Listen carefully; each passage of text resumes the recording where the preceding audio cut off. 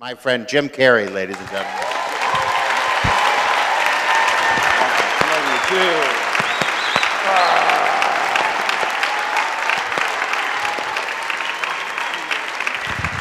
Let's hear it for Louis Anderson, ladies and gentlemen. What a wonderful, wonderful job. What a wonderful, wonderful spirit. Wonderful man. I love you so much. So wonderful to see him.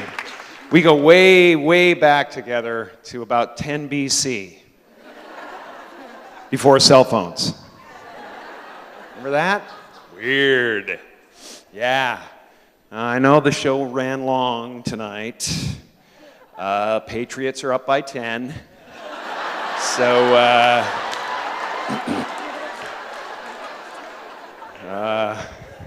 no, we really got to shorten this thing, man. Seriously. Ridiculous. I was ready to go about an hour ago. We lost my mojo, man. I'm serious. Next year we shorten this thing or I'm going to unfound it. I will. I'll unfound this thing.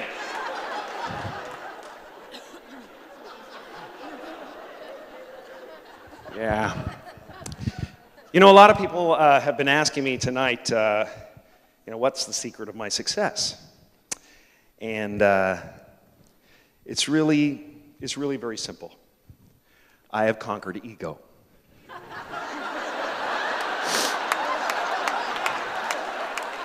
I have conquered the ego, and that's what makes me so very special and unique.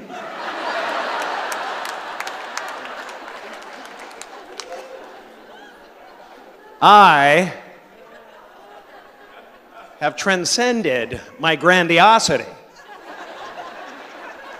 And that's what puts me a cut above the rest.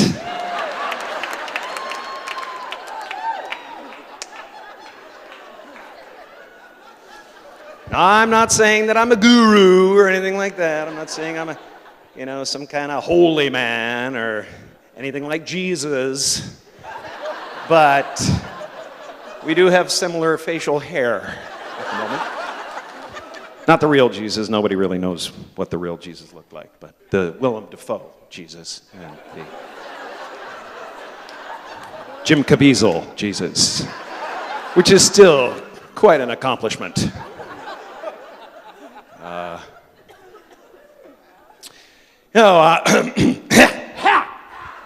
Sorry. Builds up over time. I had dairy. You know who hasn't been acknowledged is this lovely plant right here. He's been working hard. Look at that. Such joy he's brought to us. So beautiful. So lovely. Oh, you know what? It deserves a little bit of attention, don't you think? I'm going to be present with it.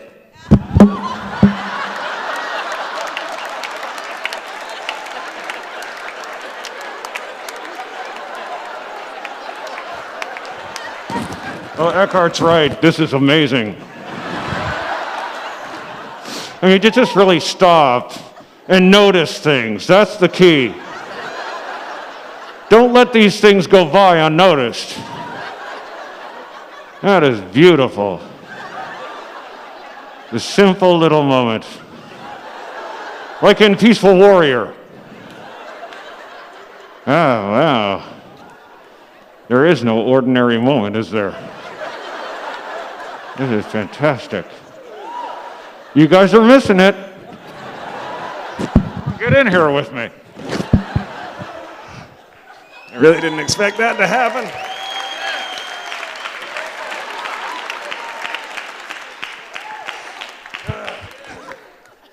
Get out of here. Jesus has always been a fascination for me. It really has. I've always wondered about certain things, certain ideas surrounding Jesus. One of which was like a puzzlement to me since I was a little kid, and that was when they say Jesus freed the world from sin. I thought, what does that mean? He freed the world from sin.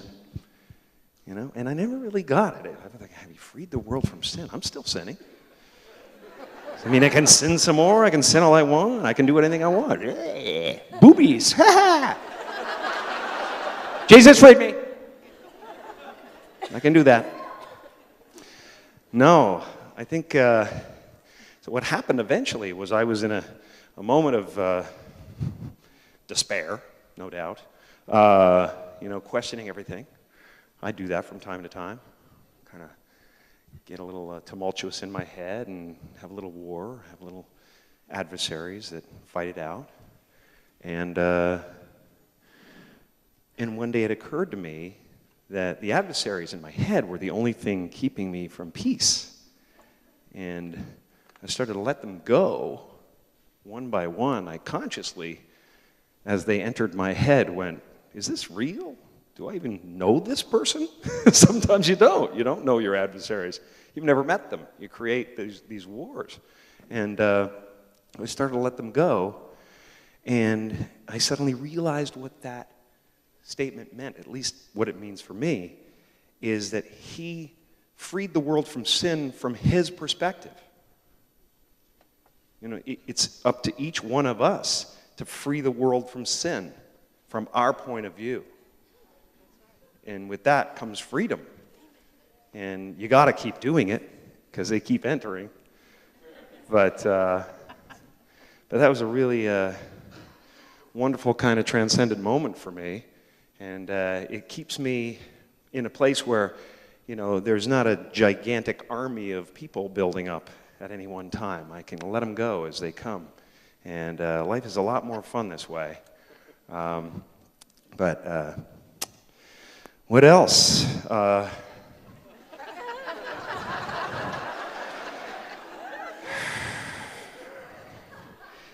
mean, I don't want to be presumptuous, but the meaning of life? You want to know what it is? Love yourself. That's it. Love yourself. That's what I think it is. Just love yourself. And be visible, no matter what the risk. Be honest. And it's wonderful this night because it really gives us all a chance to kind of get real for a second and share our true selves with each other. And that's what we're doing. We're being visible tonight. And it's a risky thing.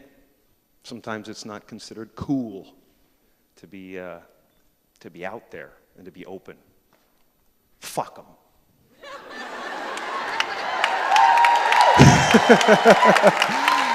I want to be seen while I live here. I want to be seen. I want to get to that place. And you can do all the rest of it anyway. I really think, I was talking to Eric backstage, and I said, you know, I've had this thought about your teachings. You often talk about not having the answers, and Buddha not having the answers, but pointing to the answers.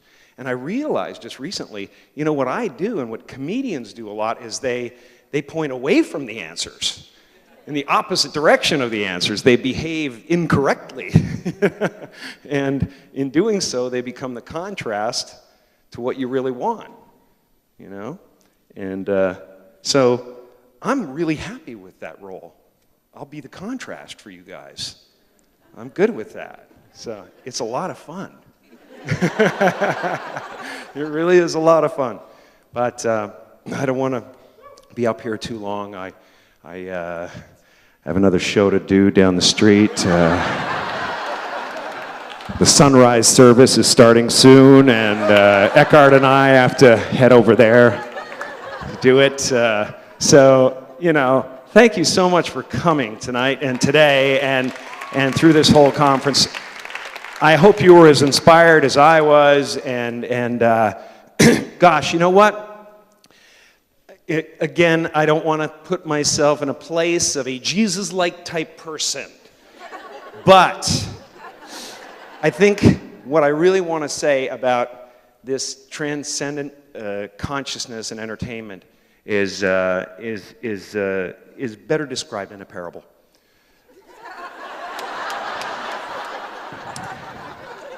A young man opens a health food restaurant. And he wants to give people the most pure ingredients, everything natural, nothing bad for them at all. And people come in, and some of them like it, and some of them don't, but they all leave healthier than when they came in. Then a woman opens up a health food restaurant across the street. But she adds chocolate pie made with agave to the menu. And she pulls all that business over across the street, and he goes out of business. And the moral of the story is, do not trust women. Okay? Do not trust them. Because just add a little bit of sweetness and take it all away from you. No. That's not the moral of the story. What I'm trying to say...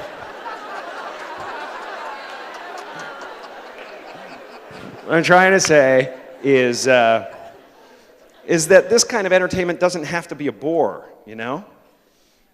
And I think if we can, you know, if you want to get your consciousness and your spiritual ideas and things into something, you know, make it taste good, if you can, you know? Make it entertaining, and more people will come. So that's my 2 cents. I want to try to make it as entertaining as possible, and I wish you all the best with everything you're doing, and, you know, believe in miracles, because they happen, because I'm proof, and I love you all. Thank you very much. Thanks.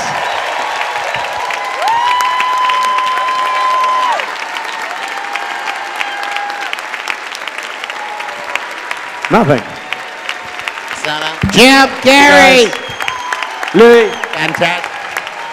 You did beautiful. And killer.